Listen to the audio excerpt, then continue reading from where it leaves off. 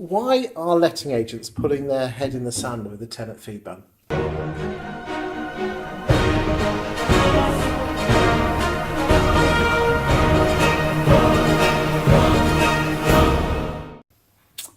Good question.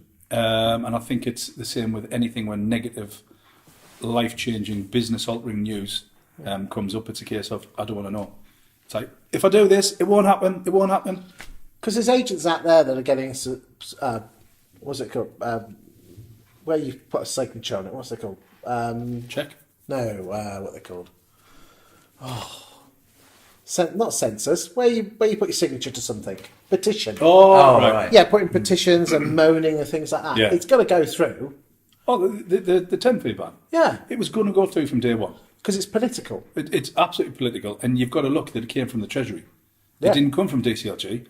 So the week before or 2 weeks before, the XXX president of Arla was at a dinner. I think it was Nick, and he was speaking to the then housing secretary, and they were talking about it, and they posed him the question: "Are you going to ban tenant fees?" And he went, "No." And 10 days later, the Treasury came out and said that we're going to ban tenant fees. So it's come from Treasury. It's got nothing to do with DCLG. And it's proved in Scotland. Would they have taken the lead from that? It's proved, but again, it's like, how do you prove something? It's lies, and statistics, isn't it? If it depends what statistics you look at. Yeah. And because as you know, I'm a bit of a statistics freak. Stats. And if you look at there's one set of stats which prove that rents went up. Yeah. Tremendously because basically agents were saying we need to get our money back, so what we'll do is we'll put the fees up and we'll charge more rent. And then there's another set of stats which don't prove that keep rents just about the same. Yeah, but if you look at so I've read those because I'm a Stato Mark too. But if you look and if you look at the time that the rents in the UK apparently went down. So although they were stagnant and there's a status quo in Scotland, if you look at the one set of stats, rents were slightly on the decline. So therefore, if Scotland had followed it, it would have gone down. But then once you can prove that it actually stayed the same, but it went up slightly in comparison with the. But you've been running a series on your group, haven't you? Yes. Got 99 problems with the tenant fee ban and ain't one. Yeah, Bitches. You were. But you have, because I've seen these over the last, the last sort of 6 months, where you've been adding value into that and giving people kind of real advice about how to beat the tenant fee ban. If you could, I guess, choose like 3 of your top tips.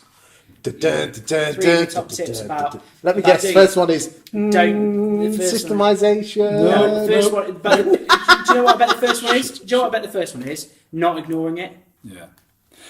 Right, so I'm going to go very broad brushstroke here. Broad, yeah. I'm talking 3 broad. So there's the only 3 things you can do. Yep. Is decrease your price, decrease your expenditure. Yep. Increase your prices. Yep. Sell more of what you got. True. It's the only 3 things you can do. Yeah. So that's to increase your net profit. Yeah. Sort of bringing it back a little bit to the question you asked me is why people are digging their head in the sand. That's the reason why I'm putting these tips on here. So it is people are like, if I can't see and I can't hear, it's not going to happen. Yeah. So the group that I'm on, and your group's exactly the same, and some other groups out there, it's got to be, guys, this is happening. It's a political thing. Signing a petition literally wasted 10 seconds of my life. Right. Yeah. Literally. And I know there's an argument and there's a school of thought, well, if everybody had that same attitude, then I know it's going to happen. So I'm going to put that 10 seconds into doing something useful, something positive. And we've got to understand it's happening. Now, when we talk to people all around the UK and stuff, and on the group, a lot of people haven't got the basic foundations of a good business in place, such as your financial management. A lot of businesses don't do management accounts, i.e. your monthly P&Ls, your cash flow, your balance sheet. So how the hell can you run a business without the basic figures and numbers? We do that, and there's only, we're a relatively small company. You're probably ahead of 60-70% of small SMEs. So you're saying that if they've run their accounts well, P&Ls and all that, then it'd be an easier sort of task to look at your accounts and go, this is where we could possibly save some money. Well, I tell you what, let's look at the 3 things. So sell more, increase prices, or decrease your costs.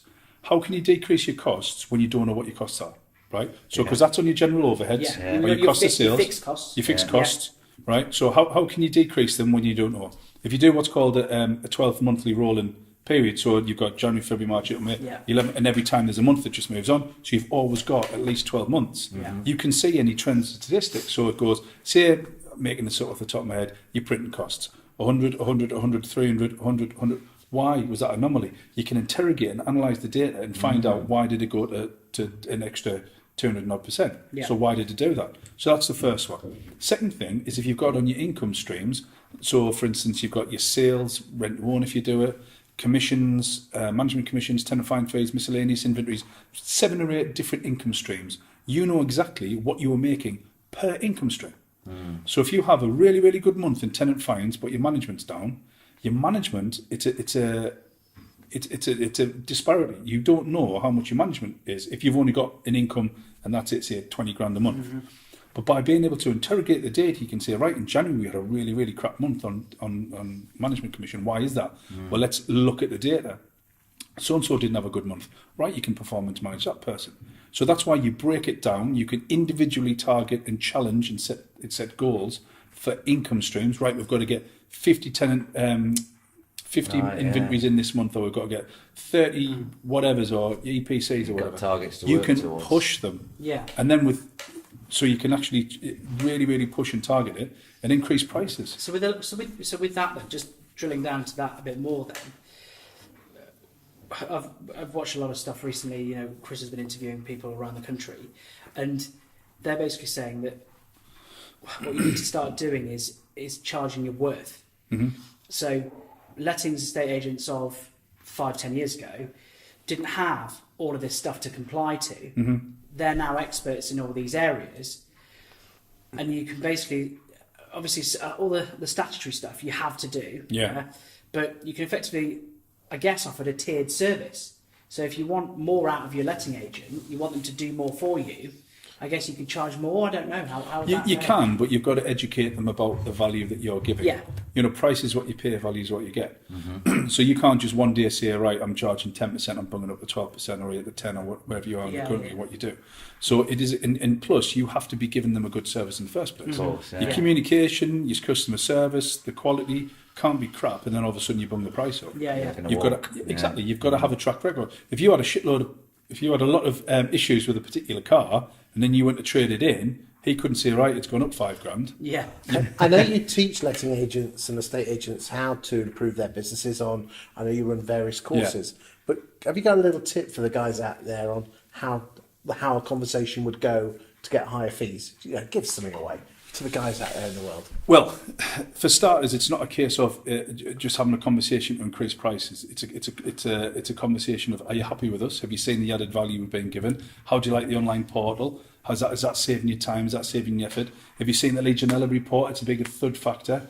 As you can appreciate, you know, we're getting a lot of regulation and legislation. So with the added value we're getting, we're going to give you more value, but it has a cost associated with it.